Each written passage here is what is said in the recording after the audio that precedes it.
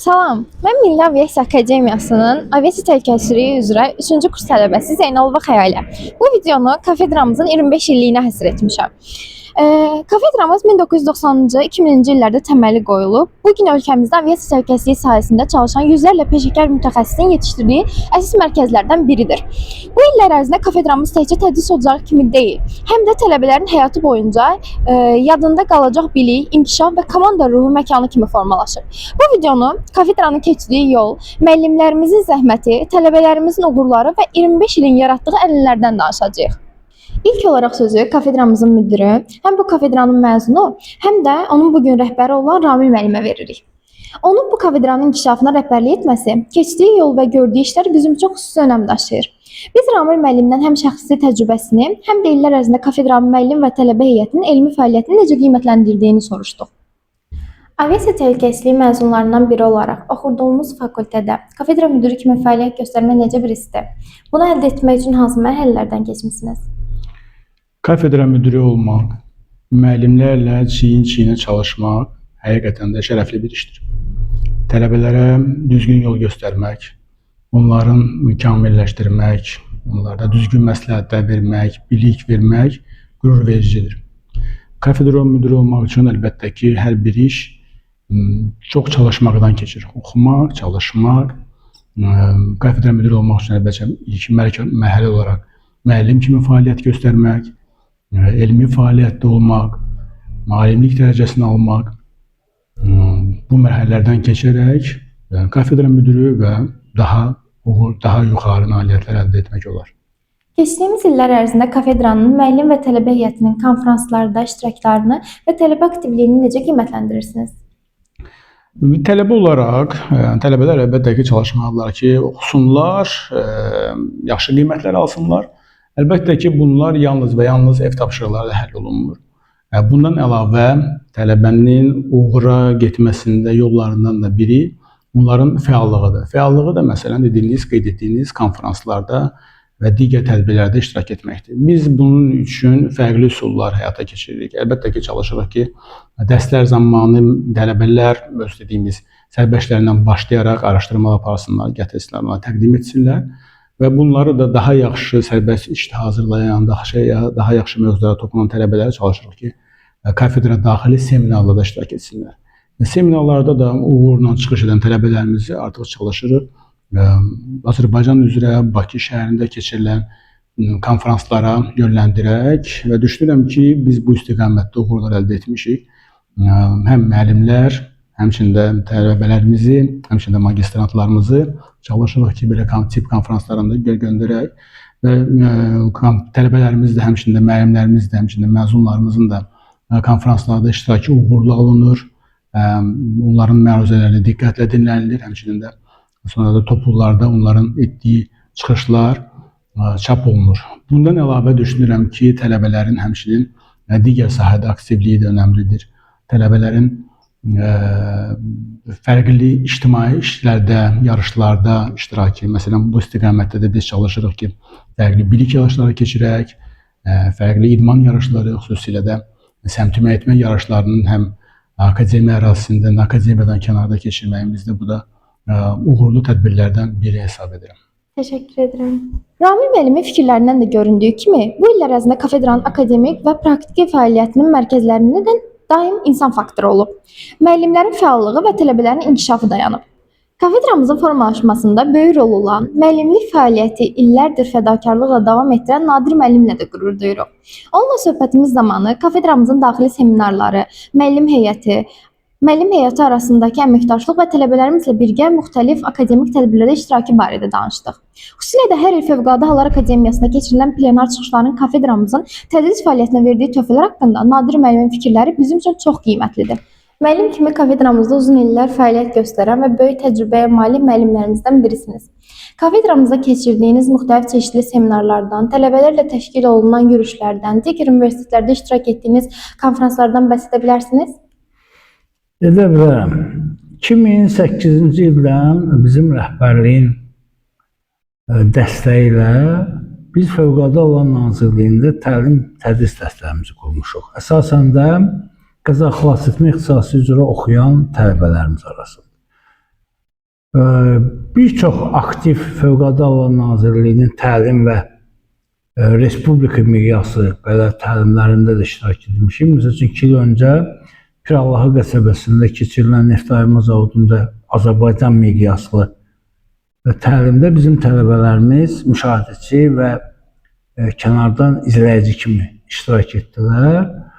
Yürüşlərə qaldıqda Nizami müəllimlə bərabər dəfələrlə biz yenə 2008 ildən bu yana Heydər Əliyev zirvəsindən tutmuş bir çox rayonlarımıza tələbələrin özəl fəaliyyətimiz qismində ancaq dərs formatlarında təlimlər, yürüşlər təşkil etmişik. Qaldı, ən çox mən vurğulamaq istərdim ki, bizim kafedranın tələbələrinin ən çox mənə xoş və gözəl təəssürat bağışlayan məqamları konferanslarda, beynəlxalq konferanslarda əsasən də Bakı şəhərinin bütün universitetlərini demək olar əhatə etdiyimiz bir halda ona bariz nümunə kimi milli liderimiz Heydər Əliyevin 100 illiyində biz 13 universitetdə Bakı üzrə iştirak etdik. Məqalələr və çıxışlarımızla çox uğurlu və 3 xaricə, yəni Samara Universitetində, Sankt-Peterburg Universitetində mənim özümün çıxışım oldu. Yəni belə baxımda belə biz yürüşlərimizdə də, konferanslarımızda da kafedra olaraq aktiv fəaliyyətimiz təqdirə layiq olub, həmişə də necə deyirlər, bu rəhbərlik tərəfindən dəstəklənərək və öndə sadalanan cərgələrdən biri olmuşdur. Təşəkkür edirəm. Təşəkkür. Nadir müəllimin sözləri həm kafedranın elmi potensialını, həm də müəllimlərimizin tələbələrlə birgə inkişaf yolunda necə fəal çıxışlarını bir daha təsdiqləyir. Kafedramızda psixologiya və profiling fənlərini tədris edən Şölə müəllimlə söhbətimiz isə aviasiya təhlükəsizliyində insan davranışının nə qədər böyük rol oynadığını bir daha göstərdi. Biz ona psixoloji profilingin hansı hallarda həyati əhəmiyyət daşıdığını, tələbə nəslinin psixoloji dəyişikliklərini və illər ərzində dərslərdə müşahidə etdiyi dinamikaları soruşduq. Kafedramızda psixologiya və profiling fənlərini tədris edən müəllim kimi bu suallar sizə ünvanlamaq istədim. Aviasiya təhlükəsizliyində psixoloji profiling hansı situasiyalarda həyati əhəmiyyət daşıyır? Aviasiya təhlükəsizliyinin təminində adətən proaktiv və reaktiv tədbirlər özlərində tanıtılır və proaktiv tədbirlər hansılar ki, insana köklənir, yəni insanla bağlı, xüsusən də sərnişinlə əgər biz işləyiriksə, onun risk səviyyəsinin təyin edilməsi və minimum endirilməsi ilə bağlıdır. Çünki bizim istifadə etdiyimiz texniki vasitələr əksər hallarda bir də görürsünüz ki, sırf mövcud olan hədələrə reaksiya verir. Halbuki daha müasir olan hədə forması hansı ki, bu günlərin biz tanımırıq, amma sabah özünü əks etdirə bilər. Belə bir halda artıq insana fokuslaşması daha mühüm əhəmiyyət kəsb edir. Tədris prosesində hər il onlarla yeni tələbə ilə qarşılaşırsınız. İllər ərzində tələbə nəslinin psixoloji yanaşmasında hansı dəyişikliklər hiss etmisiniz? Mən profiling dərslərimizi anımsadım. Sadəcə bir mövzuda belə diskussiya zamanı onlarla fərqli fikir səslənirdi. Hal-hazırda məlumatın çeşidi çox böyük olduğuna görə və məlumatın çeşidi, yəni internet şəbəkələrindən, ümumiyyətlə əlavə kitab falan, yəni tapılması çox asandır və onların psixoloji təsirin göstərilməsi və insanlarda fikrin formalaşdırılması hazırki dövrdə daha rahat şəkildə keçir, nəinki öncəki illərdə. Və mən şəxsən tələbələrimlə fəxr edirəm, çünki tələbələr də mən öz növbəndə deyə bilərəm ki, bu işə qatılır çox böyük həvəslə, həm də ki, psixoloji xüsusiyyətlərin öyrənilməsi insanlarda böyük bir həvəslə bura qatılır və çox gözəl çıxışlarla, maraqlı belə bir seminar mövzuları ilə özlərini əks etdirirlər. Yəni, məncə, gələcəyimiz yaxşı olacaq inşallah. Yəni mən daha böyük nailiyyətləri tələbələrimdən gözləyirəm, amma özüm də onlarla bərabər həm inkişaf etməyə hər zaman çalışıram, yenilikləri qatmaq istəyirəm və eyni zamanda beynəlxalq praktikasında mövcud olan məsələlərin bura əlavə edilməsi və tələbələrə çatdırılması mənim üçün çox vacib və lazım özüm üçün bilirəm. Təşəkkür edirəm. Şölə müəllimin dedikləri göstərir ki, aviasiya risklərinin qarşısını almaq üçün təkcə texniki bilik yox, eyni zamanda psixoloji hazırlıq da vacibdir. Səidə müəllim həm kafedramızın məzunu, həm də bugün tələbələrin ən sevilən müəllimlərindən biridir. Onun dərs metodikası, auditoriya ilə qurduğu ünsiyyət və təlim prosesində yaratdığı motivasiya həmişə diqqət çəkib. Biz ondan həm tələbələrə, həm də aviasiya işçilərinə keçirdiyi təlimlərdə fərqli yanaşmalarını, auditoriya psixologiyasını necə nəzərə aldığını soruşduq. Həm kafedramızın məzunu, həm də kafedranın tələbələrinin sevimli müəllimlərindən biri olaraq sizin metodikanızla auditoriya ilə qurduğunuz əlaqə şəklini öyrənmək istərdik. Milli Aviasiya Akademiyasının Aviasiya Təhlükəsizliyi kafedrasının məzunu və bu kafedranın 8 ilə yaxın müəllimi olaraq həm mənim üçün qürurludur, həm də ki, çox məsuliyyətlidir. Aviasiya Təhlükəsizliyi kafedrasında müəllim olduğum müddətdə auditoriyanın əlaqədar əsasən diqqətimi tələbələri, onların nəzəri biliklərlə verməklə yanaşı, onların həm də praktiki olaraq real hadisələri qiymətləndirilməsinə, real hadisələrin simulyasiya edilməsinə, sərbəst şəkildə öz fikirlərini ifadə etməsinə, daha sonra bunların sərbəst şəkildə, tələbələrin sərbəst şəkildə öz fikirlərini yönləndirilməsinə daha çox diqqət edirəm. Bu mənim əsas metodikamdır ki, tələbələr auditoriya şəraitində sərbəst öz fikirlərini ifadə etməyi və aviasiya təhlükəsizliyi hadisələrini və şəraitini düzgün qiymətləndirməyi bacarmaq. Həm tələbələrə, həm də işçilərə təlim keçirsiniz. Əminəm ki, onların da özünə uyğun çətinlikləri mövcuddur. Hər iki auditoriyada təlimlər zamanı tədris metodikanızda hansı dəyişikliklər tətbiq edirsiniz? Tələbələrlə dərslərdə daha çox təməl bazı formalaşdırmağa daha çox üstünlük verirəm.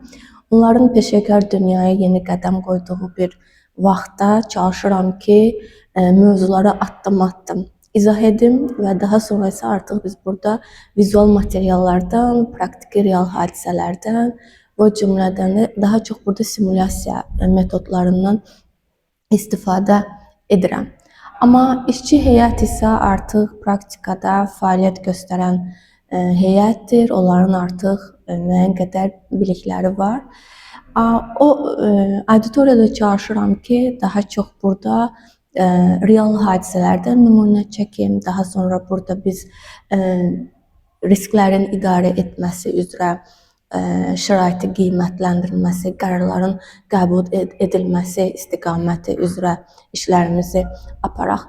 Hər iki auditoriyada əlbəttə ki, məqsəd eynidir. Aviasiya təhlükəsizliyi sahəsində yüksək və keyfiyyətli kadrların hazırlanmasına töhfə verməkdir. Təşəkkür edirəm. Siz sağ olun.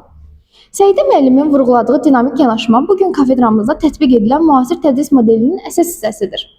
Kafedramızın ən aktiv müəllimlərindən biri olan Nizam müəllimlə söhbətimiz isə həm fiziki hazırlıq, həm də tələbələrin komanda bacarığının inkişaf etdirilməsi ilə bağlı oldu. Nizam müəllim Heydər Əliyev zirvəsinin yürüşlərimizin təşkilatçılarından biridir. Bu yürüşlər illərdir həm tələbələr, həm də müəllimlər üçün çox mənalı bir ənənəyə çevrilib. Yürüşün planlaşdırılması, təhlükəsizlik tədbirlərinin görülməsi, havanın və relyefin yaratdığı çətinliklər, bütün bunlar ciddi hazırlıq tələb edir. Biz Nizam müəllimdən bu yürüşlərin təşkili prosesində qarşılaşdıqları maneələr, təhlükəsizlik mexanizmlərini və əlbəttə ki, zirvəyə doğru gedişdə yaşanan maraqlı anları bizimlə bölüşməsini xahiş etdik. Müəllim, bizim akademiyanın tələbələri ilə Heydər zirvəsinə yürüşlər təşkil etmişsiniz. Bu yürüşlərin təşkilində üzləşdiyiniz çətinliklər, təyin etdiyiniz təhlükəsizlik qaydalarından, bir də bu yürüşlərdə yaşadığınız maraqlı anlardan bizə bəhs edə bilərsiniz? Əlbəttə edə bilərəm.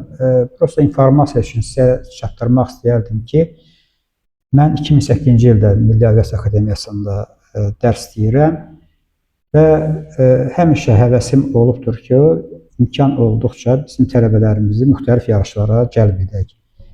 Və mən həmin Heydər zirvəsini təməlini qoyan insanlardan biriyəm. Birinci ora yürüş edənlərin tərkibində mən də olmuşam və o ildən sonra hər il may ayının 1-dən 10-na kimi ora yürüşlər təşkil olunur və həmin o yürüşlərin təxminən 10 il həmin o yürüşlərin rəhbərliyi mən etmişəm. Ümumi rəhbərlik. Deməli, may ayının 1-dən 10-na kimi mən orada olmuşam. Həmişə də hər ildə mən çalışmışam ki, bizim tələbələri də ora cəlb edək.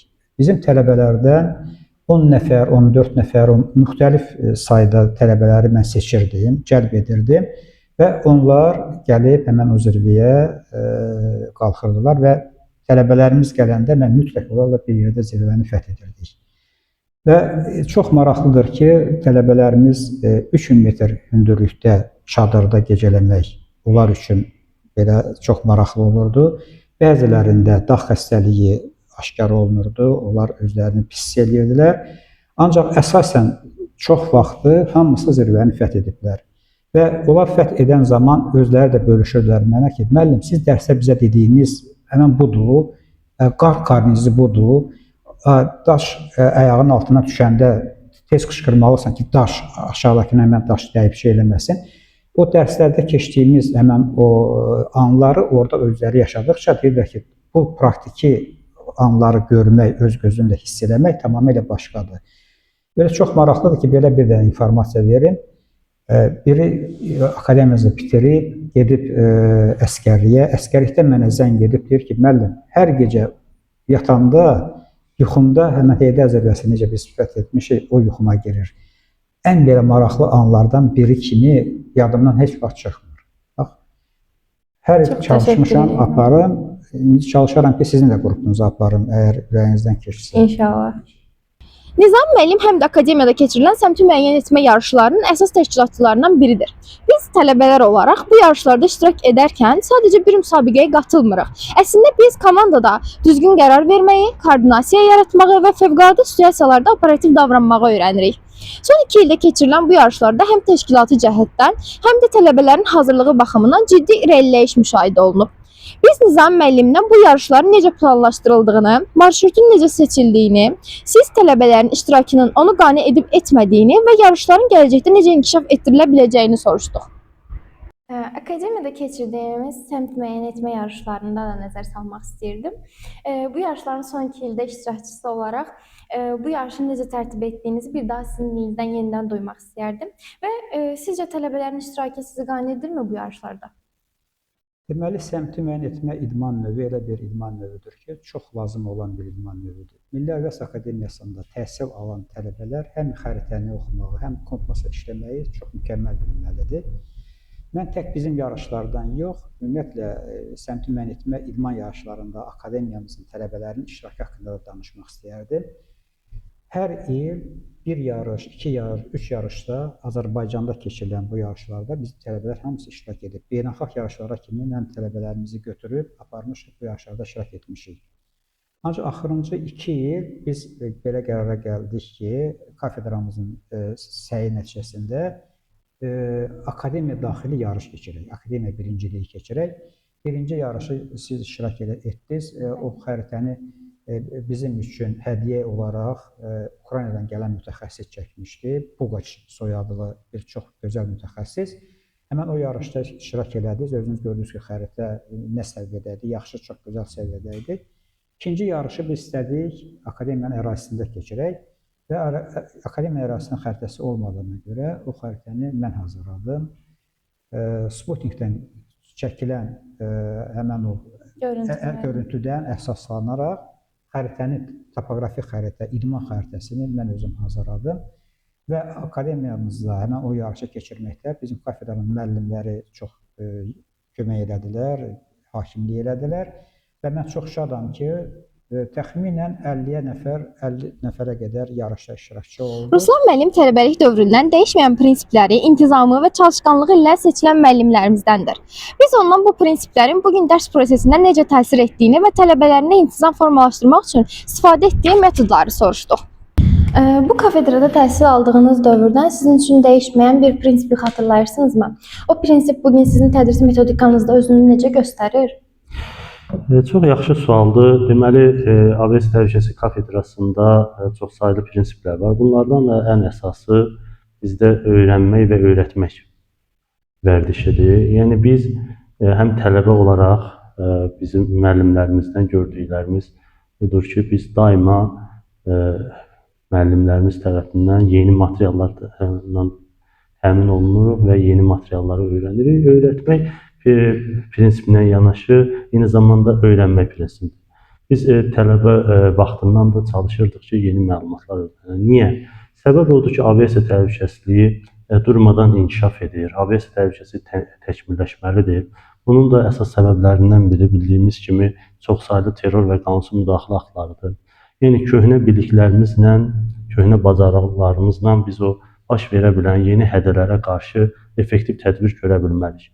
Buna görə də daima biz öyrənməliyik və bildiklərimizi müəllim olaraq tədris etdiyimiz tələbələrə çatdırmalıyıq. Siz tələbəlik dövründən disiplinə və istiqrarlı çalışmaya çox önəm vermisiniz. Bu xüsusiyyəti tələbələrinizdə formalaşdırmaq üçün hansı fəaliyyətləri icra edirsiniz?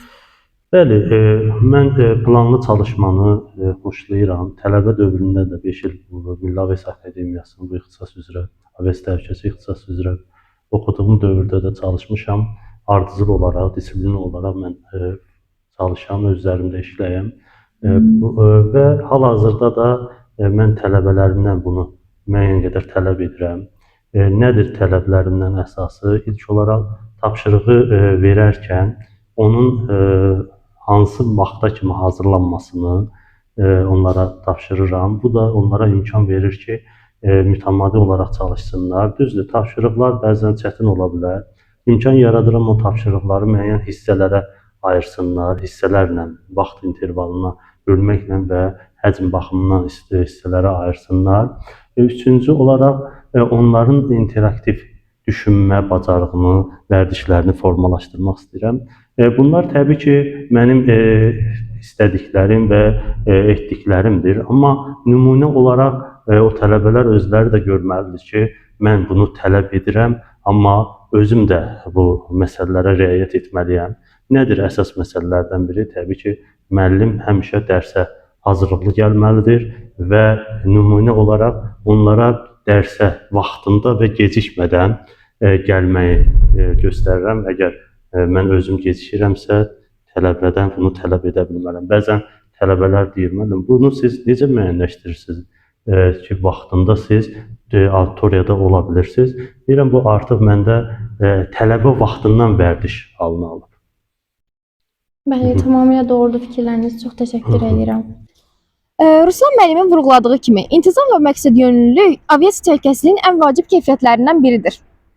Kafedramızda uzun illər fəaliyyət göstərən müəllimlərimizdən biri olaraq hər yeni tədris ili yeni tələbələrlə qarşılaşırsınız və illər keçdikcə hər yeni gələn nəslin xarakteri də fərqli olur. Bu fərqlilikləri nəzərə alaraq metodikanızda necə dəyişikliklər tətbiq edirsiniz? Öncəliklə təşəkkür edirəm sizə.